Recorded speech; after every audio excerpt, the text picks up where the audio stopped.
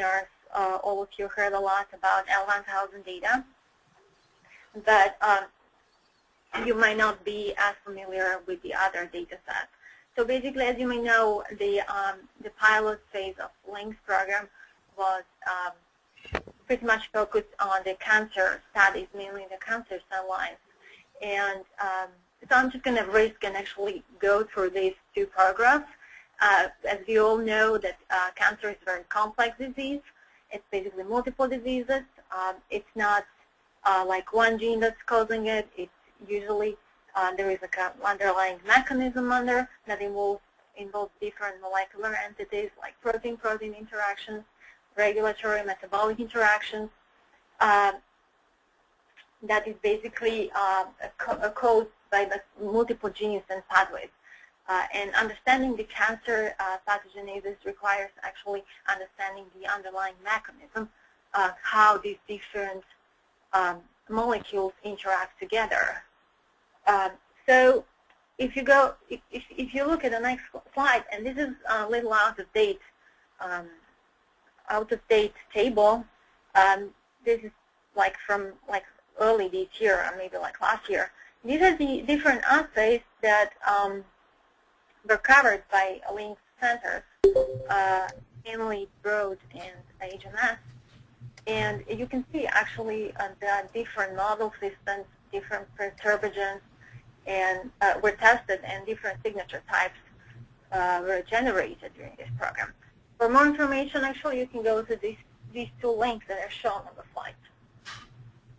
So the idea actually was to analyze a certain number of different model systems, meaning on different cancer cell lines and different perturbagens, and actually integrate these data and perturb the systems from different angles and analyze these things together and see actually what that can give us, what kind of input that can give us.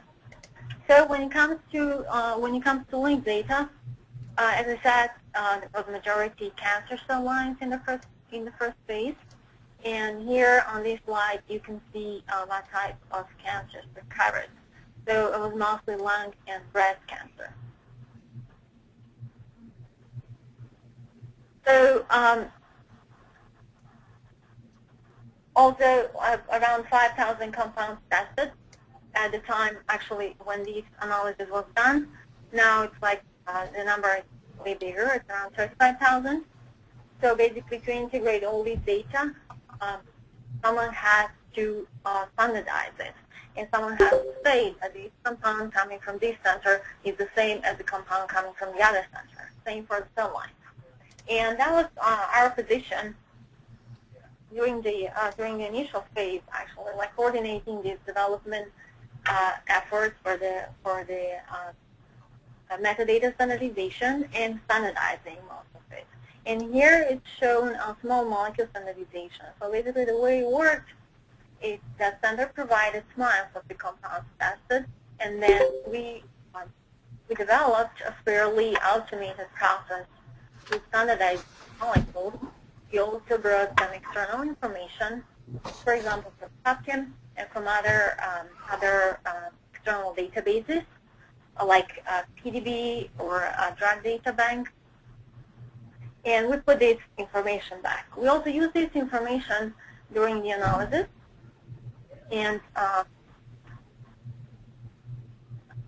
so next slide actually shows, like, we look at the compounds in different ways, and here it's shown chemical similarity of these 5,000 compounds. Pairwise similarity based on the extended connectivity fingerprints, molecular fingerprints, where we use Tanimata coefficient as the similarity matrix for these fingerprints.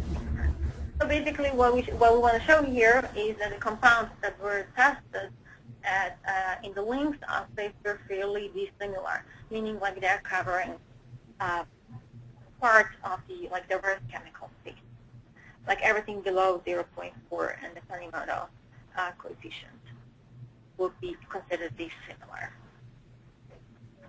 So here, actually, like once we have the compound standardized, and we bring this like external information, actually we can look, we can see the distribution of like different drugs, how many kinase drugs, for example, how many compounds were tested previously in different PubChem assays, and they qualified as probes, how many are known PDB ligands.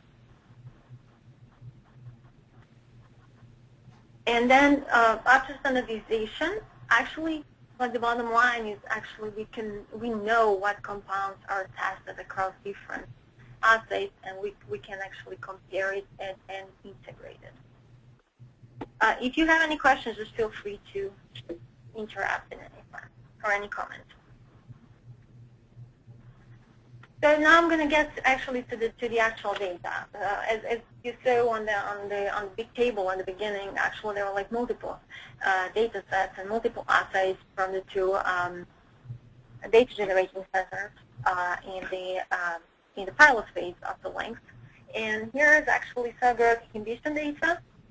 At the time, it was 24 small molecules tested in more than 700 cell lines, and a percent of viability was measured. In here, we consider data active if the viability is below 20%, meaning compound actually kills the cancer cell line. Another data set, yes? Hello? Sorry to interrupt. This is Peter Hornbeck. You said this was published data? This is published data, yes. And data actually can be found in several places, including Life system that's here at the University of Miami. Life. Yeah. The Life yeah, system, yeah. Life, yes. I will have a link Life. again. Okay, great. Life. And the second question is how many different, how many, that includes all of the cell lines that you used, and right? It would be nice to know how many corresponded to the ones that Clarissa and Stephen are analyzing and Mark are analyzing here. So anyway, thank you. Yes, this is data from like more than a year ago, but I don't think this data set was continued. So I think that's pretty much it for this particular data set. There are like other data sets that they kept like working on, and one of them is the Kinome scan, which I'm just going to talk about right now. And at the time, it was 66 small molecules tested across 476 kinases, which basically cover like a huge panel of very diverse kinases, mainly protein, but also include like atypical kinases and some of the pseudokinases. And in this assay, basically they reported percent of inhibition. And in this example, actually, let me go first with these two data sets, actually, the data we look at. Then I'm going to actually move later on to L1000 data, which is the focus of this seminar. But as we want to also bring to the light these kind of like other data sets, let me first go with these two. So basically, what we did here, we look at these two data sets, cell growth inhibition and Kinome scan. And what we want to see is like based on how many compounds were tested across, so what compound are going to show active in these two assays. And from there, actually, we calculated the kinase enrichment. And here is a formula, basically, which takes into account the total number of tested compounds and how many compounds were tested in Kinome scan and in cell viability assay, and how many were considered active. And as I mentioned, for the cell viability, we consider compound active if only less than 10% of cells survived. And for the Kinome scan, we consider compound active if it inhibits a particular kinase more than 90%. And then we also look at the compounds, these overlapping compounds that were active in both data sets. So from there, we calculated this enrichment score, and it's also corrected for the for not like messing up the clustering. Actually, if it's very small number, and then we clustered basically these enrichment scores. And here you can see in the heat map table. So basically, the color corresponds to the value of the enrichment score, meaning red corresponds to the higher enrichment score, which translates in a biological way, in a biological meaning to kinase being identified as active for the same compounds that are killing corresponding cells.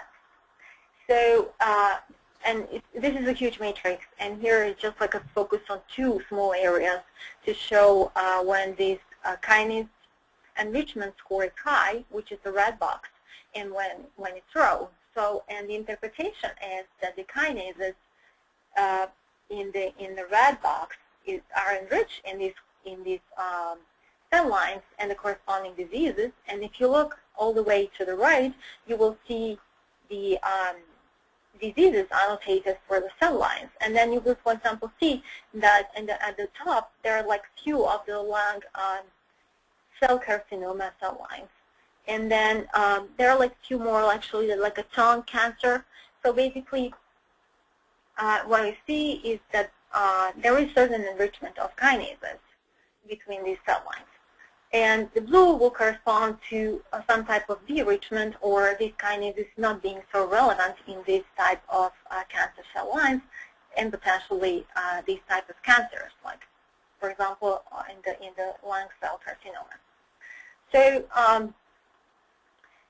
but please keep in mind, this is just kind of like an exercise. Not too many compounds were tested. It's only 21 compounds tested in both of these assays.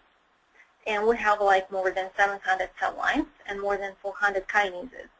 So, but still, we can see certain trends, and we still see some types of clustering.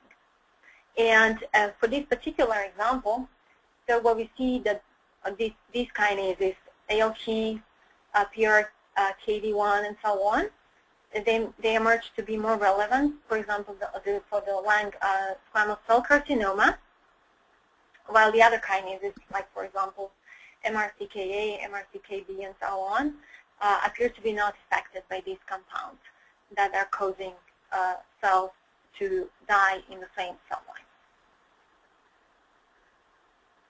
line. So before I move to the next slide, any questions on these? Okay. So as I showed before, that once we standardized compounds and we identified how many compounds were overlapping between the centers and between the different assays, so actually we didn't see that so many compounds were tested across multiple. So to move on, basically we have like 5,000 total of linked compounds, but only, for example, 66 tested at a time in the Kinome scan.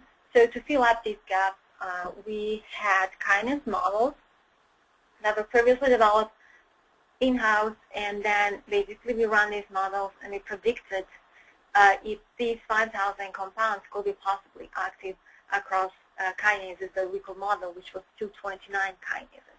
And these are the details about the kinase models. Basically, the data came from the kinase knowledge database from the late release last year, and after standardization and aggregation, there was more than 500,000 kinase structure data points, and a huge, almost like 600,000 total compounds, more than 500 kinases, which pretty much covers all kinases, and we had more than 270,000 of active compounds, where compound was considered active if it had PIC50 value above 6.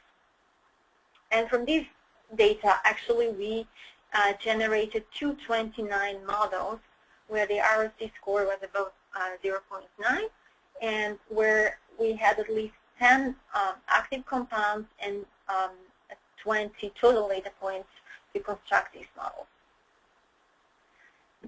For this analysis, I used the cutoff of PIC50 above 6. We also had models with PIC50 above 7, but that like a few kinases dropped out given the higher restriction, basically, on the activity of the kinase inhibitors. So now with these kinase models, actually we could integrate it with additional data from links and now I'm going to move, let me just go through L1000 data, these particular two sets that we used. So basically we use the Z-scores, which are aggregated Z-scores, the way that were processed, and Amar was talking about that in one of the first L1000 webinars. And we have them in our live system. And for this particular study, we used two cell lines, and that was the lung adenocarcinoma, A549, and VCAP, which corresponds to prostate cancer. And we chose these two as kind of like two representative cancer cell lines, like the birth representative cancer cell lines. Now the question is actually how, I think that's going to be a big part of the links phase 2, having like genetic profiles of the cancer cell lines, or generally cells, and clustering them. And we basically assume that they are different since they are coming from different tissues. And well, as we saw, like LINCS actually is one of the first programs that are entering in this type of cell signature generation and comparing cells on many different levels, not only by genetic profiling, but also like other data sets.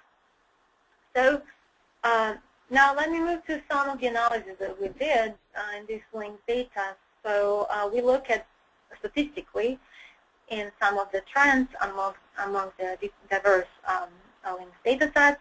And to do that, basically we generated fingerprints, and for molecules, of course we use the molecule fingerprints. That's the one that I showed similarities on the histogram when I talk about the just general like molecules and their standardization. And that's just like a normal way to represent a molecule, like by molecular fingerprints and the Kinome similarity. And we kind of like build similar-rated biofingerprints, and we defined them as it's shown here. So for the Kinome scan, basically we have a fingerprint that is 476 bit long that corresponds actually to the number of kinases.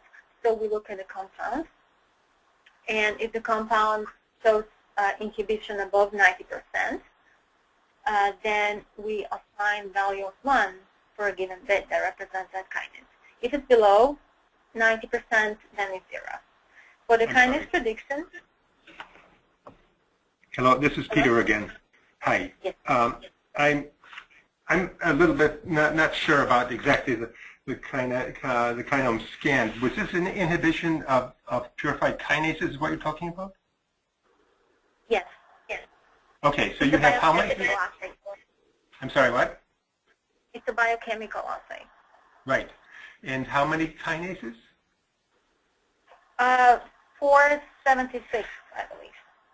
Let me just go a few slides up when I show that. I'm sorry. Yes, 476 kinases. Wow, that's fantastic. May I ask sort of a peripheral question? Have you done any characterizing of 476 kinase specificities, say on peptide arrays? No, the experiment was performed at Harvard Medical School. It's HMS assay. So basically, we just use the data to integrate like with other data sets. We haven't done any characterization of these kinases. Okay, so great, thank you. Thank you. So let me just go. I'm forgetting something here. But basically, let me just go back to the definition of the fingerprints. I was a little late, actually. I even don't know who is on the call right now, but I'm sorry for that. But okay, so basically we had 66 fingerprints each fingerprint has 476 bits representing the activity for each compound, right? And we did the same thing with the kinase predictions, but we did that for all 5,000 something compounds that we standardized. And here, actually, we look at the estimated probability of compound being active for a certain kinase above 0.05. And actually, in the paper, we use 0.05, and we generate in a similar way. Bit is 1 is the estimated probability is above 0.05, otherwise it's 0. And the length of these fingerprints was 229. That's how many models we had for the kinases. So you will notice slightly less number than the number of kinases that was tested in the Kinome scan, but however, we had much more compounds to work with. And for L1000, basically, this is a little bit, these fingerprint was generated in a little bit different ways. So basically, we look at the upregulation and downregulation. So we split in two parts. And then for the 1,000 genes that are tested in the L1000 assay, we look at the signature, and we look if the Z-score is above 2, and we consider that upregulated gene. And then we assign a value of 1, and then everything else is 0. Then we look again at the exactly same signature for the downregulated genes. And then if the Z-score is below -2, then we assign bit to be 1, otherwise 0. And then we put together these two fingerprints. So first half will show us what genes are upregulated, and second half, the other 1,000 bits are going to show us what genes are downregulated. And for all these fingerprints, these biofingerprints as well as molecular fingerprints, we use a Tanimoto similarity. So the advantage is that the populations are actually very fast. So now, if we compare these pairwise similarities between the different measures of the compound's activities, so here actually we have the chemical similarity compared to the Kinome similarity, and this is the real data. This is the Kinome scan. So, like overall, we see that the trend actually it's an upward trend, meaning that as the chemical similarity of the two compounds is increasing, their kinase profile similarity is also increasing, which is somewhat expected. It's this kind of like a similarity paradigm that similar compounds will react in a similar way. So on the next slide, it's shown this predicted Kinome activity with the models that we built in-house. Hello? Yes? Sorry. So chemical similarity, you're talking about structural similarity of the treatments? Correct, of the compounds. Okay. So basically, we are comparing two compounds, right? This is a pairwise. So for a given pair of compounds, I have chemical similarity based on the molecular fingerprints, and then I have. Based upon the fingerprints. Right. I see. I thought you were talking about the structure of the chemical, the treatment. That's right. That's right. But the chemical similarity is calculated from these molecular fingerprints. So everything is like fingerprint based here. Right, but that's not, I mean, that's just, you're measuring the response, right, and the similarity in the response. Correct. The Kinome prediction similarity is the response similarity. Okay, thank you. So here, but this is predicted response, right? This is what we're expecting based on the models that we had, these kinase models that we built from the kinase knowledge database. And again, like we see a similar trend, meaning similar compounds are responding in a similar way. But again, this is just a physical structure. But this is 5,000 compounds now. pairwise similarity of 5,000 linked compounds. On the next one, we have transcription similarity. So basically, L1000 fingerprints that we generated, these like 2,000 bits fingerprint that show us what genes are upregulated and what genes are downregulated. And we compare that to the chemical similarity. And like overall, like we see again like a similar trend that these compounds are basically similar compounds are responding in a similar way statistically again. And on the left we have the lung adenocarcinoma cell line, and on the left we have the VCAP prostate cancer cell line. So basically, again, like comparing different types of cancers. So the idea is actually to show that the response is kind of like how would I say uniform in a way that it's not disease specific. Now we move actually to compare like different biological responses. And here we compare this kinome predicted similarity to the L1000 similarity of the L1000 fingerprints. And again, like there is like a little deviation on the first histogram. The second one is kind of like more smooth, but keep in mind, there's only 2 cell lines that we kind of like chose for this study. But again, like overall trend is basically upward trend between the different biological responses. So let me go to the next one. So now, basically this is the same information, but here we split the perturbagens, so the compounds, into different categories based on their similarity, where the green bars correspond to the compounds that are most similar. And then the blue compounds with a cutoff below 0.8, and the pink are the ones that are like below 0.5, which is like a lower similarity.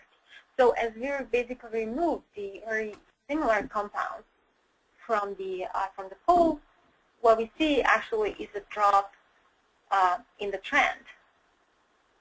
So the trend is not as sharp.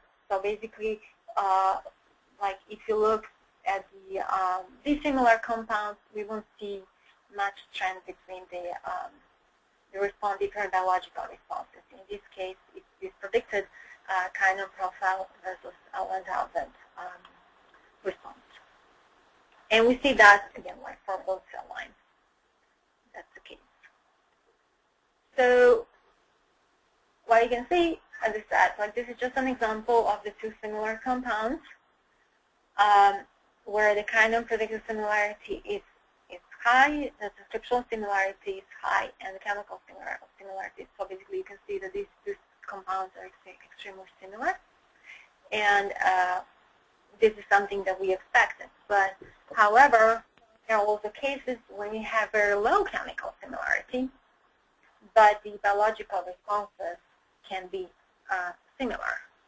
And this is something very interesting, and basically we can think like about like different ways that these compounds are reacting in the cell, and then maybe they're activating, for example, different pathways. And that was the reason actually we look at more kind of like a system level integration and analysis of different pathways. And we had actually 2 cases. We focused on one particular pathway as links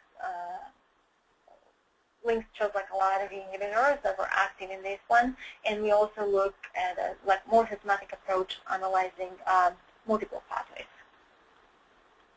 So for the mTOR pathway analysis, basically we identified proteins from the reactome, and we matched their genes to the standardized kinase genes in the kinase knowledge database, where we identified that 26 kinases in the mTOR pathway. And then we look at the KKB data for the compounds that are inhibiting these 26 kinases with the PIC50 value greater than 6. And we identify like more than 24,000 unique kinase inhibitors. And now among these 24,000 compounds, we found 35 that have been tested in L1000 data set. So,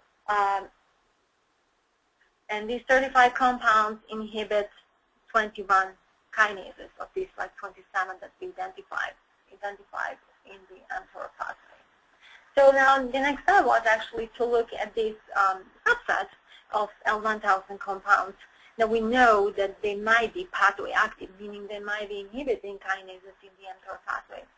And we look at the subset of their L1000 responses.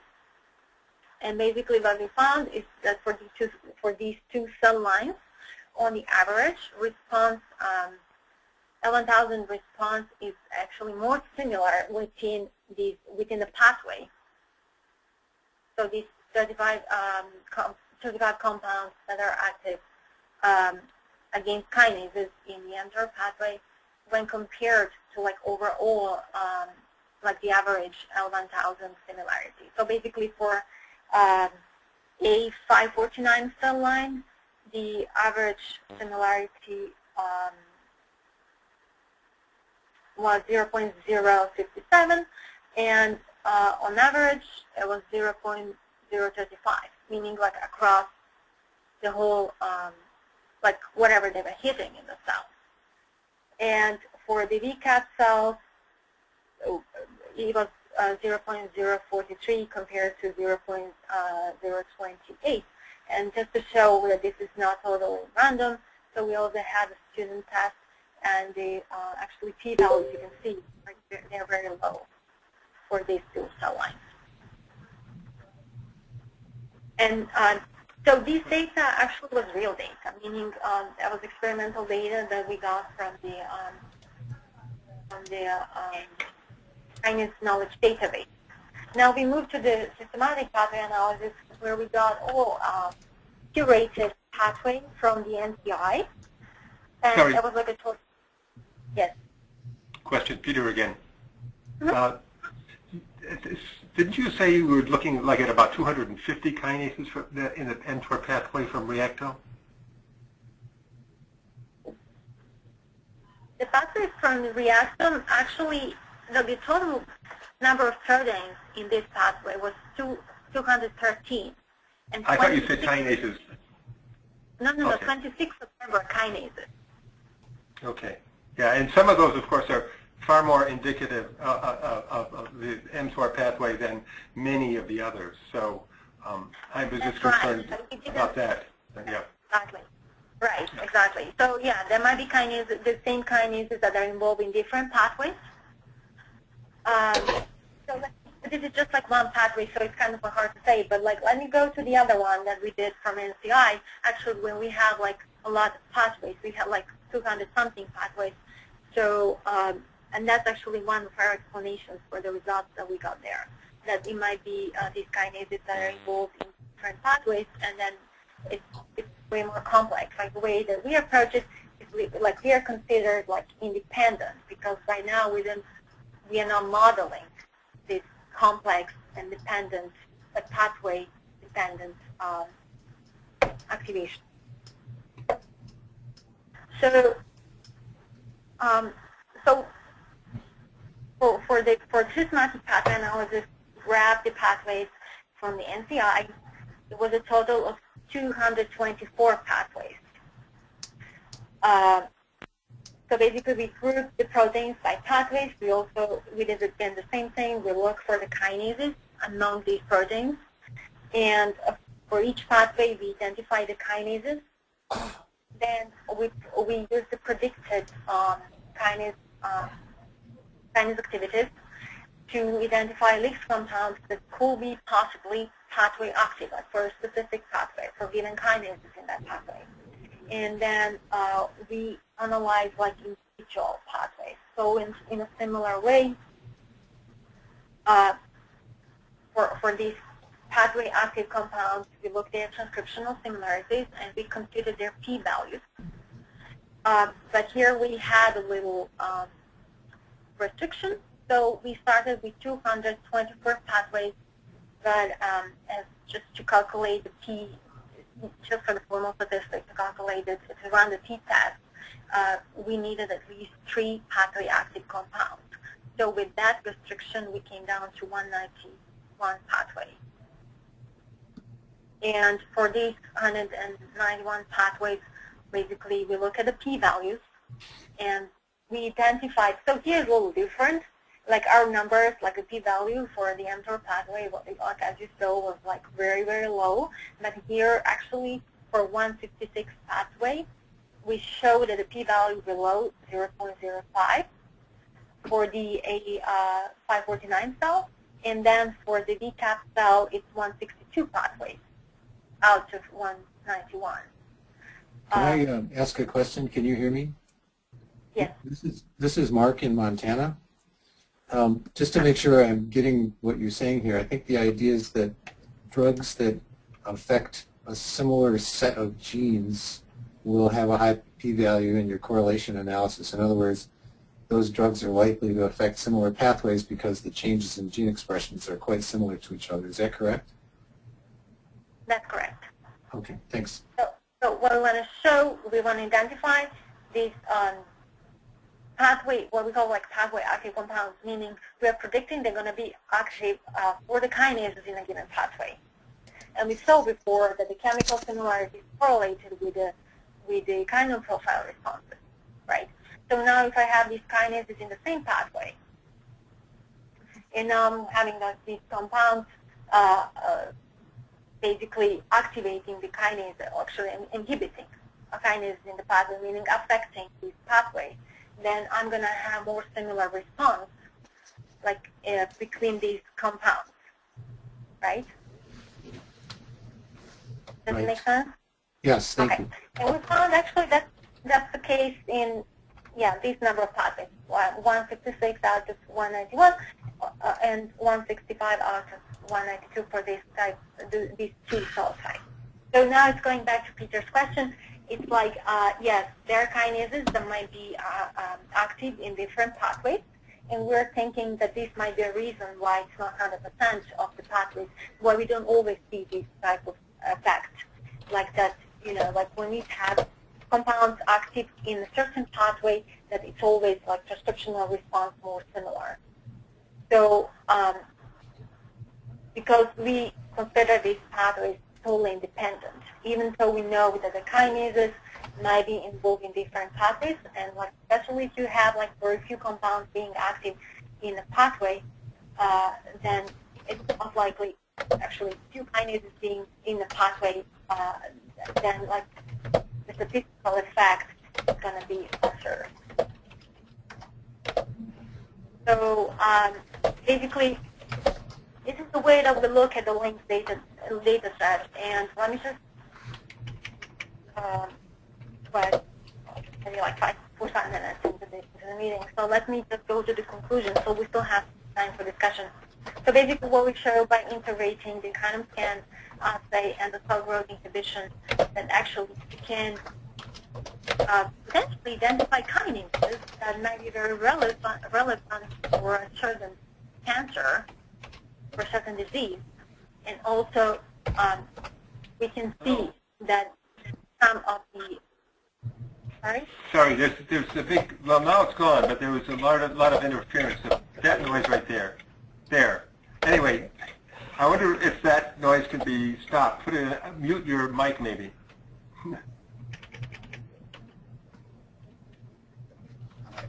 So I can still hear it, but okay.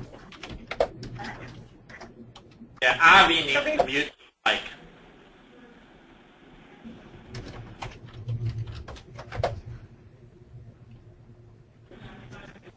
So basically, by integrating these 2 particular data sets, the Kinome scan cell and cell viability data, we can identify kinases that are important for particular cancers, and what's also important, actually, that we can see that some of the kinases are common between cell lines, and that might lead to the drug particular cancer. Are you okay? Right. Can you hear me? I'd like to ask a question, Mark, again. Yes. Are you there? So the pathways are defined by canonical pathways, so, you know, like ingenuity pathways. Is that how you define the pathways? We use the NCI pathways. So we got the data from NCI. NCI pathways. And wouldn't you expect that some of the gene expression patterns or kinase inhibition patterns might be outside of what's known in those pathways? And did you try to address that in any way? No, we didn't try to address that, absolutely. But this is a curated database. It's mainly cancer, so that's why we chose this one. But it might be a lot of unknowns in there for sure. And I think, and it seems to me worthwhile to investigate what those unknown links could be by some kind of clustering analysis or other statistical tools. Yes, absolutely. Uh-huh. Our goal was more kind of like a statistical approach, just to show that this is relevant, which is kind of like expected, but it was never shown before. Yeah, it's very nice, and it establishes, I think, that the baseline, and now from there we can go on to the next thing. It's a very nice study. Thank you. Yes, absolutely. We also, I mean, that was like one of the things too, because linked data is relatively new, so we wanted to show like different ways to look at the data. So, and this is one of it. Cool. So, yeah. So I guess actually you just summarized my other two conclusions based on the pathways. So, yes, absolutely. Are we open for discussion? Okay, so any questions or discussion? Yes, Peter here. So this is very interesting. I mean, we have, at CST, we have this data set of 4 inhibitors with, I guess, 3 or 4 inhibitors with 4 different cell lines, with 6 different cell lines. And it'll be very interesting. They looked at, Clarissa and Steve, et cetera, have looked at the response of different PTM types, like acetylation, methylation, phosphorylation, serine, threonine phosphorylation, tyrosine phosphorylation, the different families of different serine and threonine kinases, like AKT, maybe, and so forth. So it seems to me that that would be very interesting to try to, although it's not the primary goal, I think, of what they're doing now, initially at least. It might be really interesting to look at, compare those results with what you have seen. Yes, I think that would be very interesting. I mean, you said you've gotten over 450 kinases, so I'm sure that all the inhibitors, they think they were focusing on Abel kinase, on MET and EGFR, if I'm not mistaken, and in specific inhibitors of those kinases in their data sets, and then looking again at all of these multi-layered responses. So it might, it might be very interesting. Yes. Yeah, I think actually, yeah, especially like in the combination with the pathways. Right. Well, I'm a little skeptical of pathways, but I'm more sort of. I think it's a good didactic tool, but I'm not certain. We know so little. Well, I don't know how familiar you are actually if you had the chance to look at the links data, but Kinome can also these 476 kinases. Some of them are actually phosphorylated too. Right. Right. Of course. Yeah. Yeah, they have some mutation phosphorylation, like post-translational modifications too. So yeah, it's a very nice panel of kinases. It's very comprehensive. We look forward, I think, to looking at that. Thank you. Quick question, did you look at mTOR1 inhibitors versus mTOR2 inhibitors? No. No, actually, the way that we look at that, we look actually in inhibitors of all kinases in the mTOR pathway. No, it's just that there are multiple different mTOR pathways. Yeah.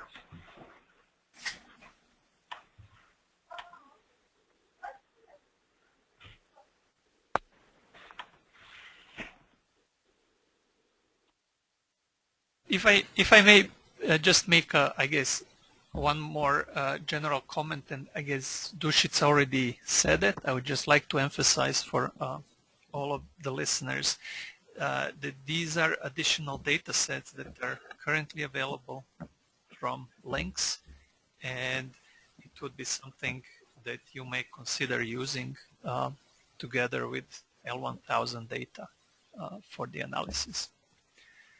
So if you have any troubles with accessing this data, I guess people from DCIC can assist you in finding and helping you using this data. But again, all of this data should be available simply through Life System, through Miami's Life System. Correct. You can see the links right now on the slide.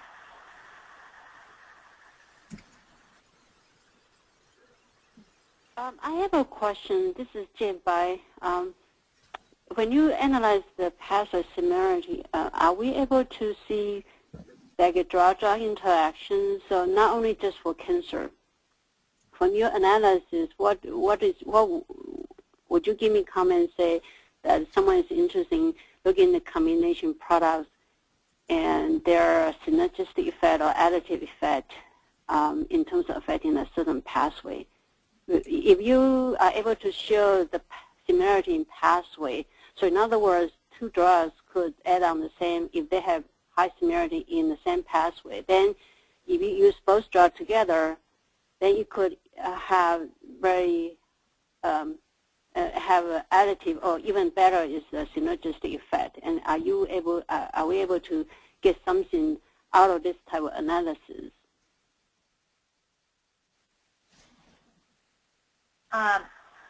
That would be, yeah, I think that's very interesting. We didn't have actually any type of stat analysis or any like experimental data to start with, but that would be actually very interesting to see if that will be the case. So you don't have experimental data? So is that what you're saying? What if I can find human data? Are we able to, what if I can find you human data, data at human level in terms of pharmacodynamics interactions? Are we able to use this type of approach? My understanding is for links, they also have primary cell, right, data, L1000, not just cancer cell. It was cancer cell lines. Right, your analysis, you focus on cancer cell line, but in my understanding is that L1000, we also have other primary cell data. I think it will be in the second phase. Or actually there was a joint project, but I think it was also cancer cell line. It was like breast cancer cell line between HMS and links. I think Avi actually might know better. I think we have done some analysis on it's neuroprogenitor cells, and we have not published that yet. We actually submit some compounds to Broad for filing, but that was. But right now, actually, the question is that could we utilize this type of data for drug-drug interactions analysis? I mean, you can find out a combination product, not just a new drug or repurposing, but you could find combination products. So you have drug A and drug B used together? Right. Yeah, I think that will be interesting to see, actually.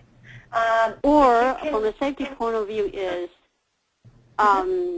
some person have to, elderly people with polypharmacy have to use more than 3 drugs. How did you find out, how do we figure out in terms of safety issue, not just the exposure, but could there be other problems because of the pathway that we could look at the pathway in terms of their interaction.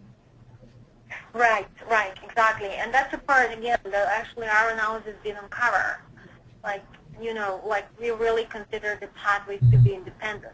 But obviously that's not the case because you will have kinases or like other drug targets that are shared, that are common between different pathways.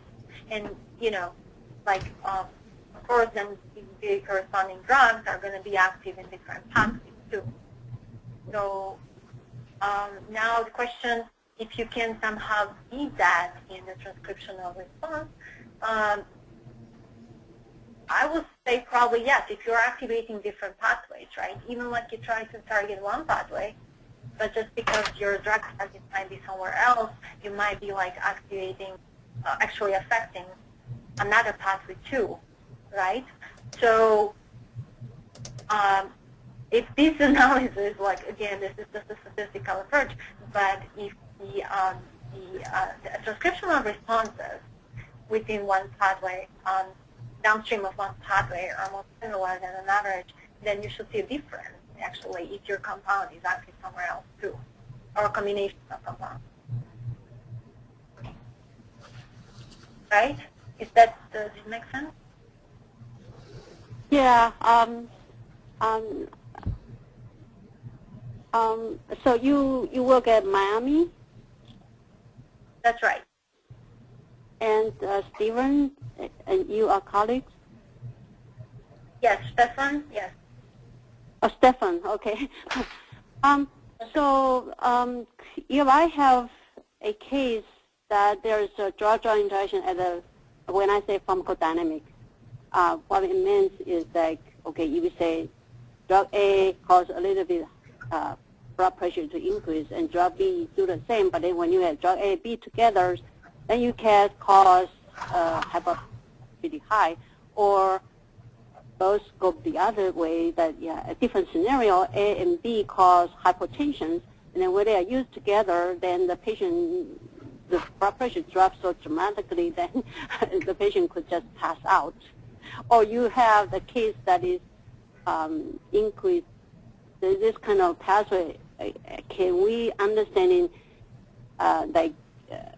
for other interaction? I'm just wondering, could we basically use this type of analysis to identify pharmacodynamic interactions between drugs?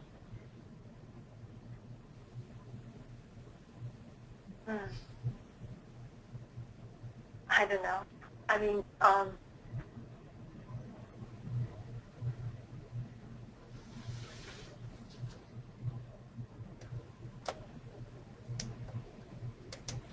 any other opinions from anyone else? Anyone wants to help me?